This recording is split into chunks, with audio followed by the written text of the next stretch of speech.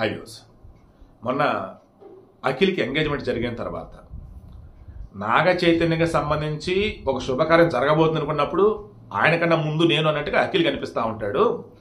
అలా 2017లో వివాహం జరిగింది అనుకున్న మూమెంట్లో 2016లో అఖిల్ ఎంగేజ్మెంట్ అయింది. ఆ తర్వాత అనుకున్న 2017లో క్యాన్సిల్ అయింది. బట్ నాగ చైతన్య సమర్థత పెళ్ళయింది.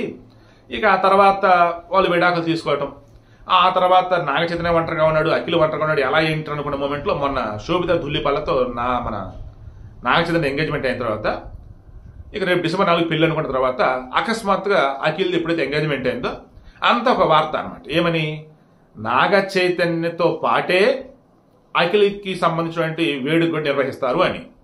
బట్ దాని మీద నాగార్జున క్లారిటీ ఇచ్చాడు. నాగ చైతన్య పెళ్లి సెపరేటు, మా చిన్నోడు అఖిల్ పెళ్లి సెపరేటు. అఖిల్ పెళ్లి ఇప్పుడు కాదు 2025లో ఉండిద్ది అన్నాడు. సో ఇద్దరు పెళ్లిళ్ళు వేరువేరుగా చేస్తాం, క్లారిటీ వచ్చింది. తర్వాత ఈయన మన నాగార్జునకు సంబంధించి ఈమె ఎవరినైతే పెళ్లి చేసుకుంటాడో మన అఖిల్, జైనబ్ రావెల్జియా. సో వాళ్ళు ఎవరు ఏంటని చూస్తే జుల్ఫీ. ఈ జుల్ఫీ రావెల్జీ వచ్చేసి ఎవరు, ఈమె యొక్క తండ్రి కదా. ఈయన దుబాయ్లో పెద్ద బిజినెస్ మ్యాగ్నెట్, 30 సంవత్సరాల పైగా రియల్ ఎస్టేట్లో ఉన్నాడు. ఈయనకి మన ఇండియాలో, దుబాయ్లో అండ్ యూకేలో కూడా బిజినెస్లు ఉన్నాయి.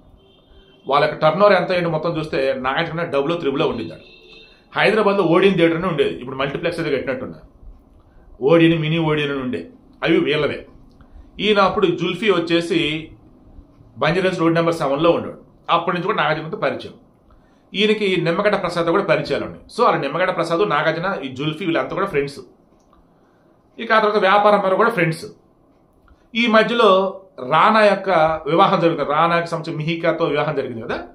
ఆ వివాహ వేడుకలో ఈమెను కలవటం, ఈమెను చూడటం, అలా ఒకరినొకరు ఇష్టపడటం, అలా పరిచయం కాస్త అలా అయ్యి చివరికి పెళ్లి చేసుకోపోతా ఉన్నారు.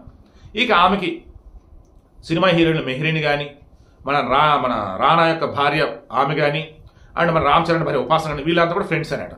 సో ఆల్మోస్ట్ అందరూ కూడా కామన్ ఫ్రెండ్స్ ఉన్నారు. అండ్ ఫ్యామిలీ ఫ్రెండ్స్, ఇది వాళ్ళ నాన్నగారు, వీళ్ళ నాన్నగారు మొత్తం కూడా. అండ్ వ్యాపార పరంగా బాగా పరిచయాలు అండ్ బాగా తెలుసు.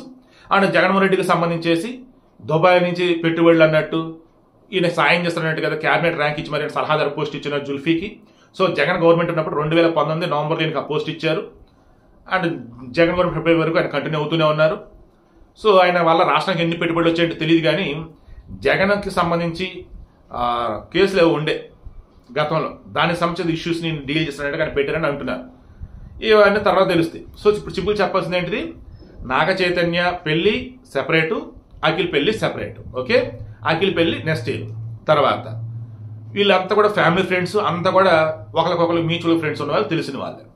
సో పక్కా క్లారిటీగానే అంతా తెలుసుకొని చక్కగా సంతోషంగా వివాహం చేసుకోబోతున్నారు రేపు 2025లో.